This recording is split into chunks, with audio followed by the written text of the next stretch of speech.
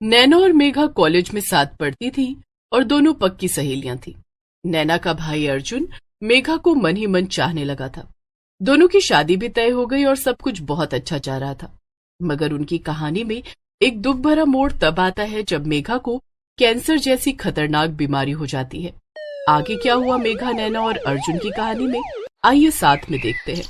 एक दिन मेघा और नैना साथ में बैठकर लंच कर रही थी। आज तो बड़ा ही अजीब सा दिन है नैना, कुछ अच्छा ही नहीं लग रहा है। हाँ, तुझे क्यों अच्छा लगेगा आज कुछ? आज अर्जुन जो कॉलेज नहीं आया है। क्या तू भी नैना, ऐसा कुछ भी नहीं है। चलो चलो, ज्यादा बातें मत बनाओ, मुझे सब पता है और मम्मी पापा को भी सब कुछ पता है, समझी? क्या? ये तुम क्या कह रही हो? क्या सच में? और क्या, अरे उन्हें मैंने ही तो तुम दोनों के बारे में सब बताया है। क्या? मगर कब, क्यों, कैसे? क्यों, तुम दोनों कॉलेज के बाद शादी नहीं करने वाले हो क्या? ये सब बस टाइम पास है क्या? अरे नहीं नहीं, हम जरूर शादी करेंगे, हम एक दूसरे से बहुत प्यार करते हैं। देखा, मैंने तुम्हें पकड़ लिया ना। ओहो, तुमने मेरे मुंह से सच उगलवा ही लिया ना नैना। मैंने और अर्जुन ने तय किया था कि हम कॉलेज खत्म होने के बाद घर पर सबको बताएंगे। कोई बात नहीं मेघा, वैसे भी मम्मी पापा को तुम बहुत पसंद हो और आंटी अंकल को तो अर्जुन पसंद है ही। तो अब तो बस मुझे तुम दोनों की शादी में नाचने का इंतजार है। जरूर नैना, क्यों नहीं। वो दोनों आपस में बातें कर ही रही थी कि तभी वहां पर अर्जुन आ जाता है। नैना की बच्ची, तुमने मम्मी पापा को सब कुछ बता दिया, वो भी बिना मुझे बताए। अरे छोड़ो ना अर्जुन, जो हुआ अच्छा ही हुआ। वैसे भी हम लोग भी तो उन्हें सब बताने ही वाले थे ना। वैसे तुमसे क्या कहा मम्मी पापा ने? कुछ नहीं मेघा जी, बस अब आप कॉलेज खत्म होने के बाद मुझसे शादी करने के लिए तैयार हो जाइए, ज्यादा दिन नहीं बचे हैं। ये सुनकर मेघा शर्मा जाती है और तीनों खुशी खुशी अपने अपने घर चले जाते हैं। लेकिन फिर एक हफ्ता बीत जाता है और मेघा कॉलेज नहीं आती। वो अर्जुन या नैना किसी का भी फोन नहीं उठा रही थी। इस बात से दोनों परेशान होकर उसके घर जाते हैं। अरे नैना, अर्जुन, तुम दोनों यहाँ अचानक से? क्या हुआ आंटी? मेघा कॉलेज नहीं आ रही और हमारा कॉल भी नहीं उठा रही, सब ठीक तो है ना? मेघा की मम्मी अचानक से रोने लग जाती है। ये देखकर अर्जुन और नैना को यकीन हो जाता है कि कोई बड़ी बात है जिसे मेघा उन लोगों से छुपा रही है। क्या हुआ है आंटी, मुझे बताइए ना, मुझे बहुत फिक्र हो रही है। बेटा, हमारे ऊपर तो दुखों का पहाड़ ही टूट गया है। मेघा को मेघा को मेघा की मम्मी अपनी बात पूरी किए बिना ही जोर जोर से रोने लगती है। ये सब देखकर अर्जुन बहुत बेचैन हो जाता है और सीधा मेघा के कमरे में जाता है। वहां पर मेघा बेड पर लेटी हुई थी और वो काफी बीमार नजर आ रही थी। अर्जुन, तुम यहाँ क्या कर रहे हो? तुम्हें क्या हुआ मेघा? तुम्हारी मम्मी इतना रो क्यों रही है? तुम मुझसे क्या छुपा रही हो? तुम यहाँ से जाओ अर्जुन, और मुझे दोबारा कभी फोन मत करना। मैं अब किसी से कोई भी रिश्ता नहीं रखना चाहती हूँ। मगर ऐसा क्यों? आखिर ऐसा हुआ क्या है जो तुम मुझे देखना तक नहीं चाहती हो? ऐसा क्या किया है मैंने? तुमने तो कुछ भी नहीं किया अर्जुन, किया तो मेरी किस्मत ने है। मुझे कैंसर हो गया है। मेघा की बात सुनकर तो अर्जुन के पैरों तले जमीन ही खिसक जाती है। वो चकरा कर बैठ जाता है। क्या? कैंसर? मगर ऐसे अचानक से कैसे? तुम तो एकदम ठीक थी। नहीं, मुझे पहले पता नहीं चला, लेकिन काफी टाइम से मैं बीमार थी। मुझे लग रहा था कि हल्की फुल्की कोई तकलीफ होगी और अपने आप ठीक हो जाएगी, लेकिन ये कैंसर निकला। अब तुमने सच जान लिया है ना, इसलिए अब तुम यहाँ से जाओ और दोबारा कभी मुझे फोन मत करना। किसी अच्छी सी लड़की से शादी करो और खुश रहो। क्या तुम पागल हो गई हो मेघा? अगर तुम बीमार हो तो फिर मेरा तुम्हारे पास रहना और भी ज्यादा जरूरी है ना? अर्जुन की ऐसी बातें सुनकर मेघा रोने लगती है और उसे गले से लगा लेती है। तुम्हें क्या लगा था तुम्हें कुछ तकलीफ होगी तो तुम मुझे खुद से दूर भेज दोगी? और मैं क्या इतना खुदगर्ज हूं कि चला भी जाऊंगा? मैं तुम्हारे साथ हूं मेघा, हम लोग मिलकर सामना करेंगे इस बीमारी का। तभी वहां पर नैना आ जाती है। बिल्कुल ठीक कहा अर्जुन ने। मेघा, दोबारा ऐसी हिम्मत भी मत करना। हम हमेशा तुम्हारे साथ रहेंगे। यहाँ इस शहर में कुछ भी नहीं होने वाला है। हम कल ही बड़े शहर जाएंगे और तुम्हारा इलाज कराएंगे। मैंने भी इससे यही कहा था कि हमें बड़े शहर में बड़े डॉक्टर के पास जाना चाहिए। ठीक है, मैं तैयार हूँ। अगले ही दिन नैना, अर्जुन और मेघा की मम्मी मेघा को लेकर निकल जाते हैं। मेघा का इलाज शुरू हो जाता है और डॉक्टर ने उन्हें उम्मीद दी थी कि मेघा ठीक हो जाएगी। अर्जुन एक दिन डॉक्टर से बात करता है। डॉक्टर साहब, मेघा ठीक तो हो जाएगी ना? देखिए, काफी हद तक तो मुझे यही लगता है कि वो ठीक हो जाएगी, क्योंकि अभी उसकी बीमारी की शुरुआत ही है। हम उसकी बीमारी को अभी कंट्रोल में ला सकते हैं, लेकिन आप सबको उसका बहुत ख्याल रखना होगा। जी, हम उसका पूरा ख्याल रखेंगे। डॉक्टर जैसा कहता है वैसा ही होता है। मेघा की बीमारी काफी हद तक कंट्रोल में आ जाती है। मेघा, मैंने अभी अभी डॉक्टर साहब से बात की है। वो कह रहे हैं कि तुम्हें अब वापस घर ले जा सकते हैं। बस तुम्हारी दवाइयां चलेंगी और तुम्हें जल्दी जल्दी चेकअप के लिए आना होगा। ये तो बहुत अच्छी बात है अर्जुन। अब मुझे यहाँ अच्छा भी नहीं लग रहा है। मुझे वापस घर जाना है। हाँ, तो अब हम सब घर जाएंगे। सभी लोग खुशी खुशी घर वापस चले जाते हैं, लेकिन मेघा के घर पर अर्जुन के मम्मी पापा पहले से ही उसका इंतजार कर रहे थे। उन्हें देखकर मेघा बहुत हैरान हो जाती है। अरे अंकल आंटी, आप दोनों यहाँ? हाँ बेटा, हम दोनों तुम्हारा स्वागत करने के लिए यहाँ आए हैं। आखिरकार तुम इतनी बड़ी जंग जो जीत कर आ रही हो। अर्जुन की मम्मी मेघा को गले लगा लेती है। हाँ बहन जी, और साथ ही साथ हम अर्जुन और मेघा की शादी के बारे में भी बात करने आए हैं। अब मेघा ठीक है तो हम और देर नहीं करना चाहते हैं। मेघा और उसकी माँ ये सुनकर बहुत खुश हो जाते हैं और सभी लोग शादी की तैयारियों में लग जाते हैं। कुछ वक्त में मेघा की हालत में और भी सुधार आने लगता है। मेघा और अर्जुन की शादी बड़े ही धूमधाम से हो जाती है।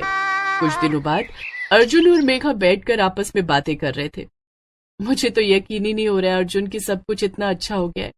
मैंने तो जिंदगी को लेकर सभी उम्मीदें करना छोड़ दिया था, लेकिन सच कहूं, तुम्हारे और नैना की वजह से ये सब हो पाया है। तुम दोनों ने मेरा इतना साथ दिया और मेरा इतना हौसला बढ़ाया, इसीलिए मैं ठीक हो पाई। देखो, मैं अपने बारे में तो नहीं जानता, मगर हाँ, नैना ने तो सच में बहुत हिम्मत दिखाई है। जब मैं हॉस्पिटल और दवाइयों के काम में भी व्यस्त रहा, तब भी नैना ने तुम्हारा और तुम्हारी माँ का पूरा ध्यान रखा, और वो इस बात से बहुत खुश है कि उसकी सबसे अच्छी सहेली ही उसकी भाभी बनकर आई है। तभी वहां पर अर्जुन की माँ आ जाती है। तुम दोनों को ऐसे साथ में खुश देखकर मुझे बहुत अच्छा लगता है। आइए आइए माँ, बैठिए ना। मेघा, अर्जुन, मैं तुम दोनों से कुछ कहना चाहती हूँ। हाँ हाँ माँ, बोली ना। देखो बच्चों, अब सब कुछ धीरे धीरे ठीक हो रहा है, इसलिए मैं सोच रही थी कि अब तुम दोनों एक बच्चे के बारे में भी सोचो। उससे तुम्हारी जिंदगी में नई खुशियां आएंगी। माँ, मैं भी यही सोच रही थी और अर्जुन का भी यही मानना है। हम इस बारे में और सोचेंगे और फिर ही कोई फैसला लेंगे। ठीक है बेटा। कुछ ही दिनों बाद मेघा अपने घर वालों को ये खुशखबरी सुनाती है कि वो माँ बनने वाली है। अर्जुन, नैना और उनके पूरे परिवार में सब बहुत खुश होते हैं। अर्जुन अब हर महीने मेघा को डॉक्टर के पास लेकर जाने लगता है, लेकिन तीसरे महीने में मेघा की हालत कुछ बिगड़ने लगती है। अर्जुन, मुझे कुछ ठीक नहीं लग रहा, मुझे डॉक्टर के पास ले चलो। मेघा, क्या हो गया? सब ठीक तो है? नहीं अर्जुन, मेरे पेट में बहुत दर्द हो रहा है और मुझे चक्कर आ रहे हैं। इतना कहते ही मेघा बेहोश हो जाती है और अर्जुन और नैना उसे जल्दी से अस्पताल ले जाते हैं। अस्पताल में पता चलता है कि मेघा का कैंसर फिर से खतरनाक हो गया और अब मेघा को पहले से भी ज्यादा खतरा था। ये सुनकर तो नैना और अर्जुन की दुनिया ही उजड़ जाती है। हे भगवान, नैना, अब क्या होगा? मेघा, मेघा ठीक तो हो जाएगी ना? नैना अर्जुन को संभालने लगती है, लेकिन तभी वहां डॉक्टर आते हैं। देखिए, मेघा की बीमारी लौट आई है और मुझे नहीं लगता कि अब वो कुछ महीनों से ज्यादा जिंदा रह पाएगी, और साथ ही साथ वो प्रेग्नेंट भी है, इसीलिए उसके बच्चे पर भी खतरा है। उन दोनों का बचना बहुत ही मुश्किल है। लेकिन आप ये बात उन्हें मत बताइएगा, उनके लिए स्ट्रेस लेना ठीक नहीं। ये सुनकर नैना और अर्जुन और भी ज्यादा घबरा जाते हैं, लेकिन जब वो मेघा से मिलने जाते हैं तब वो उसके सामने खुश रहने का नाटक करने लगते हैं। मेघा, तुम चिंता मत करना, देखना तुम और तुम्हारा बच्चा दोनों ही जल्दी से ठीक हो जाओगे और फिर हम सब घर पर खूब मजे किया करेंगे। हाँ मेघा, सब ठीक हो जाएगा।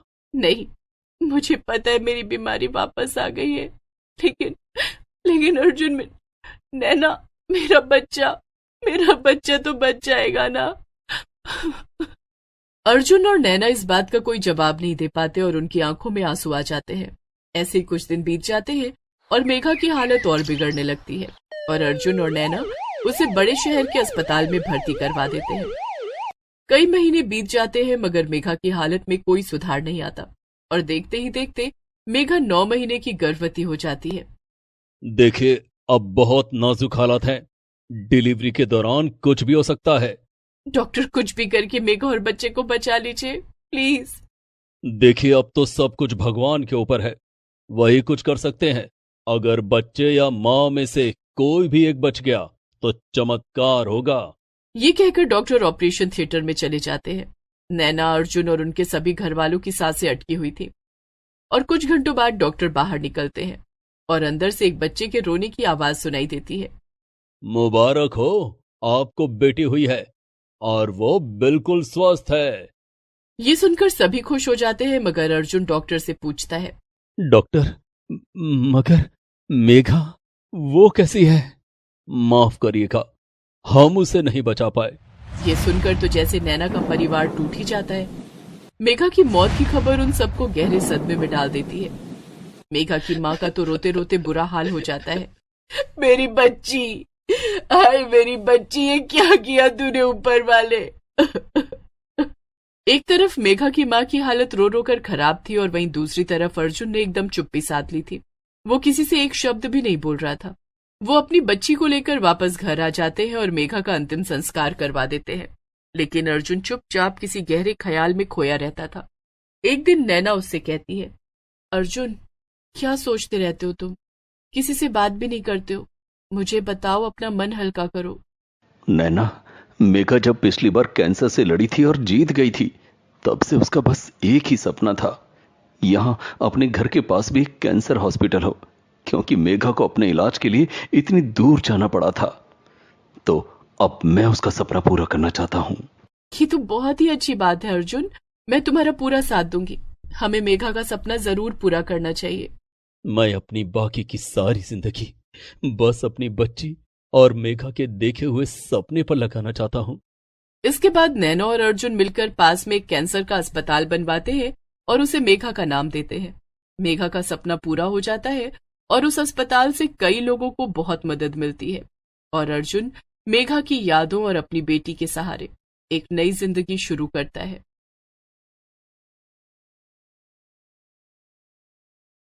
सतीश और प्रिया की दो बेटियां थीं, अंजू और संजू। उनकी बड़ी बेटी अंजू का रंग काला था क्योंकि वो अपने पिता पर गई थी, लेकिन संजू दूध जैसी गोरी थी। इसलिए लोग अक्सर अंजू को बहुत ताने मारते थे और संजू की खूब तारीफ करते थे। प्रिया शुरू से ही अंजू को उसके काले रंग की वजह से पसंद नहीं करती थी, लेकिन जब संजू पैदा हुई तब प्रिया बहुत खुश हुई क्योंकि संजू प्रिया की तरह ही गोरी चिट्टी थी। जब भी संजू स्कूल से घर आती थी तो वो अपनी माँ से अंजू की शिकायत करती थी। माँ इस अंजू से बोला करो मुझसे दूर रहा करे, ये हमेशा स्कूल में मेरे आसपास घूमती है और इसीलिए सब बच्चे इसका तो मजाक उड़ाते ही हैं, मगर साथ साथ मुझे भी कलूटी की बहन कहकर चिढ़ाते हैं। ये सुनकर प्रिया गुस्सा हो जाती थी। क्यों री अंजू, तू संजू से अलग क्यों नहीं रहती? माँ मैं क्या करूं, मेरा स्कूल में कोई दोस्त भी नहीं है, इसलिए मैं संजू के पास बैठ जाती हूँ। अब मैं अपनी ही बहन के पास नहीं बैठ सकती क्या? अरे तुझे शर्म नहीं आती? तेरे कालेपन की वजह से तेरी जिंदगी तो बर्बाद हो गई है, तो क्या तू साथ साथ अपनी बहन की भी जिंदगी बर्बाद कर देगी? अंजू ये सुनकर रोने लगती है। माँ मुझे माफ कर दो, मुझे नहीं पता था कि मेरे संजू के साथ रहने से उसकी जिंदगी भी बर्बाद हो जाएगी, लेकिन मैं काली हूं तो इसमें भला मेरी क्या गलती? देख लो माँ, अब इसने रोना शुरू कर दिया। माँ इसे छोड़ो, मुझे बहुत भूख लग रही है, आप मुझे खाना खिलाओ ना, इसका तो ये रोज रोज का नाटक है।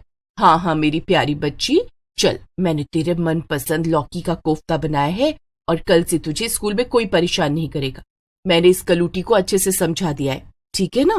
प्रिया संजू को अपने साथ ले जाती है और फिर चिल्लाते हुए अंजू से कहती है, ए अंजू, तुझे क्या अलग से न्योता दूं? चल आजा, खाना खा ले।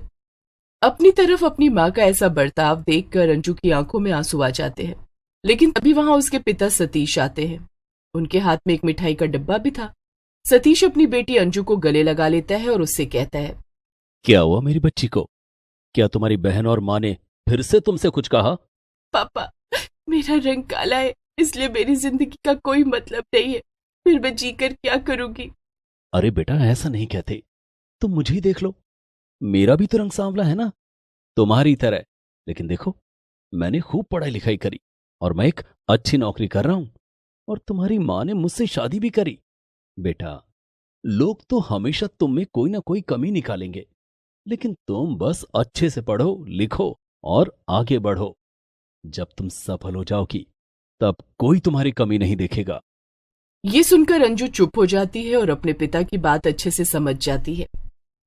और ये देखो, मैं तुम्हारे लिए क्या लाया, तुम्हारी मनपसंद मिठाई। अरे वाह पापा, शुक्रिया। मिठाई देखकर अंजू खुश हो जाती है और मिठाई का डब्बा लेकर अपने कमरे में चली जाती है। धीमे धीमे अंजू ने अपने आसपास के उन लोगों की बातें सुनना बंद कर दिया जो उसे काला कहते थे, और वो सिर्फ और सिर्फ मन लगाकर पढ़ाई करने लगती है। देखते ही देखते अंजू और संजू का स्कूल और फिर कॉलेज भी खत्म हो जाता है और अब उनकी शादी का समय करीब आ रहा था। संजू शादी करने के लिए बड़ी उत्सुक थी, लेकिन एक समस्या थी जो उसे अंदर ही अंदर खाए जा रही थी। वो अपनी माँ प्रिया से जाकर कहती है, माँ माँ मुझे शादी करनी है। आप इस संजू के लिए जल्दी रिश्ता ढूंढना शुरू करो। मुझे नहीं लगता इसे जल्दी कोई लड़का मिलेगा, और जब तक इसे लड़का नहीं मिलेगा मेरी भी शादी नहीं हो पाएगी। अरे बेटा, कह तो तू एकदम सही रही है, लेकिन मुझे नहीं लगता वो अंजू अभी इतनी जल्दी शादी करेगी। उसके सर पर तो पढ़ाई लिखाई का भूत सवार है ना। क्या? नहीं माँ, मैं नहीं जानती। आप कोई भी उसी के जैसा करलूटा सा लड़का ढूंढकर उसकी शादी कर दो, बस मैं नहीं चाहती कि उसकी वजह से मेरी शादी में भी दिक्कत आए। प्रिया संजू की बात सुनकर सीधा अंजू के पास जाती है।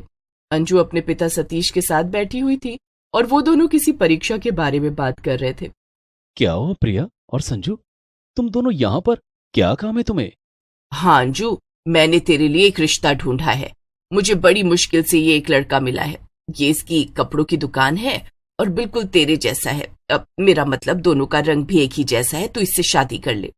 और अंजू देख, मना मत करना, वरना वैसे ही तुझे जल्दी कोई लड़का नहीं मिलने वाला। यही बड़ी मुश्किल से मिला है, फिर तेरी शादी होने में सालों लग जाएंगे और मेरा क्या होगा। ये सब सुनकर अंजू को बहुत बुरा लगता है और वो उस लड़के की फोटो को देखते हुए कहती है, नहीं माँ, नहीं संजू, मुझे ये लड़का पसंद नहीं है और मुझे इससे शादी नहीं करनी। और इससे क्या, मुझे अभी किसी भी लड़के से शादी नहीं करनी। अभी तो मैं आगे की पढ़ाई करूंगी और यूपीएससी की परीक्षा दूंगी। ये सुनकर संजू और प्रिया गुस्सा हो जाती हैं। क्या? माँ देखो इसे, ये क्या कह रही है। मैंने कहा था ना ये बहुत नाटक करेगी, और लगता है कि अब ये मेरी जिंदगी बर्बाद करके ही चैन लेगी। अरे कलूटी, तू आगे पढ़ लिख कर क्या करेगी? तुझे कौन सा बड़ा कलेक्टर बन जाना है? बस हमारा समय और पैसा बर्बाद कराएगी तू। चुपचाप शादी कर ले और निकल मेरे घर से बस। प्रिया, ये तुम अंजू से किस तरह बात कर रही हो? उसने कहा ना उसे शादी नहीं करनी, तो बस नहीं करनी। अगर तुम्हें इतनी ही जल्दी है तो हम दोनों मिलकर संजू की शादी पहले कर देंगे। मगर फिर समाज वाले क्या बोलेंगे कि छोटी बहन की शादी पहले कर दी। अरे लोगों को भी तो जवाब देना होता है ना। जिसे जो बोलना है बोलने दो, मुझे कोई फर्क नहीं पड़ता। और ना ही अंजू को। वो पढ़ाई करेगी और आगे चलकर बड़ी अफसर भी बनेगी।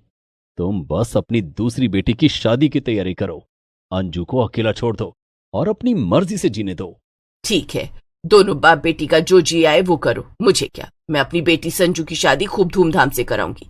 इस कलूटी को शादी नहीं करनी तो ना करे, ना जाने आगे चलकर इसका क्या होगा। फिर क्या था, प्रिया अगले दिन से संजू के लिए रिश्ते ढूंढने लगती है और संजू इतनी खूबसूरत थी कि उसके लिए लड़कों की लाइन भी लग जाती है। आखिर में प्रिया एक बहुत अमीर और हैंडसम लड़का पसंद करती है और उससे संजू की शादी कर देती है। संजू अपने अमीर और सुंदर पति के साथ खुशी खुशी रहने लगती है। वहीं उधर अंजू मन लगाकर अपनी यूपीएससी परीक्षा की तैयारी करने लगती है, लेकिन जब भी वो घर से बाहर निकलती थी लोग उसे शादी न करने और पढ़ाई में समय व्यर्थ करने के ताने मारते थे। यही घर पर उसकी अपनी माँ भी उससे बुरा भला कहती थी। अंजू, तू सिर्फ अपना समय बर्बाद कर रही है। वैसे भी कोई लड़का तुझसे शादी करने को तैयार नहीं होगा, ऊपर से पढ़ाई लिखाई। अरे कभी देखा है किसी काले अफसर को? प्रिया की ऐसी बातें अंजू को बहुत खटकती थी, लेकिन भले ही सभी लोग अंजू को ताने मार रहे थे और उसे बुरा भला कह रहे थे, उसके पिता सतीश हमेशा उसके साथ थे और इसीलिए वो रुकी नहीं। और आखिर में परीक्षा का दिन भी आ गया। अंजू परीक्षा देने चली जाती है और फिर वो अपनी परीक्षा के परिणाम का इंतजार करने लगती है। बेटा अंजू, आज तुम्हारी परीक्षा का रिजल्ट का दिन है और ये देखो, मैं पहले से ही तुम्हारी मनपसंद मिठाई ले आया हूं। अरे पापा, ये मिठाई? मगर कहीं मैं फेल हो गई तो, और माँ की बात सच निकल गई कि काले लोगों की जिंदगी भी उनके रंग की तरह काली होती है, तो फिर मैं क्या करूंगी? नहीं बेटा, तुम चिंता मत करो, सब अच्छा होगा। तुमने इतनी मेहनत जो की है जो इंसान पूरी लगन से मेहनत करता है उसे फल जरूर मिलता है। हाँ पापा, रिजल्ट आने का समय हो गया, मैं अभी देखती हूँ। तभी अंजू फिर से फोन पर अपना रिजल्ट देखने लगती है और रिजल्ट देखते ही उसकी खुशी का तो कोई ठिकाना ही नहीं रहता। वो खुशी के मारे अपने पापा को गले लगा लेती है और उनसे कहती है, पापा पापा मैं सफल हो गई परीक्षा में, मैं अफसर बन गई, मैंने सबको गलत साबित कर दिया पापा, मैं सफल हो गई और मेरे साथ साथ आप भी सफल हो गए। मुझे मेरी अफसर बेटी पर गर्व है। अंजू, लो मिठाई खाओ। तभी वहां पर प्रिया आ जाती है और उसे कुछ समझ नहीं आता। अरे अरे, क्या हो रहा है यहाँ, किस बात का इतना शोर है? मैं दिन भर नौकरानियों की तरह घर के काम करती रहती हूँ और अब मैं जरा भी आराम नहीं कर सकती क्या? इतना शोर शराबा मचा रखा है तुम बाप बेटी ने। मेरी बेटी अब अफसर बन गई है, समझ में आया तुम्हें? इसलिए चिल्लाओ मत और उससे जरा तमीज से बात करो। प्रिया कुछ समझ पाती है उससे पहले ही उसके फोन पर कई लोगों और रिश्तेदारों के फोन आने लगते हैं और वो सब प्रिया को बधाइयां देने लगते हैं। वो सब प्रिया को बताते हैं कि अंजू ने पूरे शहर में टॉप किया है और वो अफसर बन गई है। प्रिया को तो अपने कानों पर यकीन ही नहीं हो रहा था। उसे एक झटका सा लगता है और अपनी की हुई सारी गलतियां याद आ जाती हैं। अंजू, मुझे माफ कर दे, मैंने हमेशा तुझे इतना बुरा भला कहा, मैं तो एक अच्छी माँ भी नहीं बन सकी। लेकिन अंजू अपनी माँ को गले लगा लेती है और उससे कहती है, कोई बात नहीं माँ, आज तो खुशी मनाने का दिन है, मुझे आपसे या किसी से भी कोई शिकायत नहीं है। ये ताने ही तो थे जिन्होंने मुझे आगे बढ़ने का हौसला दिया। अब वैसे भी मैं जल्दी ट्रेनिंग के लिए चली जाऊंगी। फिर अंजू, प्रिया और सतीश बाहर खाना खाने जाते हैं। कुछ ही दिनों में अंजू ट्रेनिंग पर चली जाती है और वहीं ट्रेनिंग पर उसे एक लड़का अनमोल मिलता है। अनमोल अंजू को चाहने लगता है और ट्रेनिंग के बाद वो दोनों शादी कर लेते हैं। उधर संजू का पति जितना अमीर और दिखने में सुंदर था, मन से उतना ही काला था। वो अक्सर संजू को मारता पीटता था। एक दिन संजू रोते हुए अंजू के पास आती है और उसे सब कुछ बता देती है। संजू, तू चिंता मत कर, तू उस लड़के से डिवोर्स ले ले और फिर तू किसी अच्छे आदमी से शादी कर लेना, मैं तेरी मदद करूंगी। मुझे माफ कर दे बहन, मैंने जिंदगी भर तुझे काले होने पर कितना सताया, लेकिन आज तू मुझसे ज्यादा अच्छी जिंदगी जी रही है, वो भी सिर्फ इसलिए क्योंकि तूने कभी काले गोरे में भेदभाव नहीं किया। कोई बात नहीं संजू, मैं तो सब कुछ भूल भी चुकी हूँ, तू भूल जा और भरोसा रख, अब सब ठीक हो जाएगा। अंजू संजू की डिवोर्स लेने में मदद करती है और फिर उसकी शादी एक दूसरे अच्छे लड़के से करवाती है। फिर अंजू अपने परिवार के साथ खुशी खुशी रहने लगती है और इस तरह अंजू और संजू दोनों काली और गोरी बहनों की शादी अच्छे से हो जाती है। Please subscribe this channel.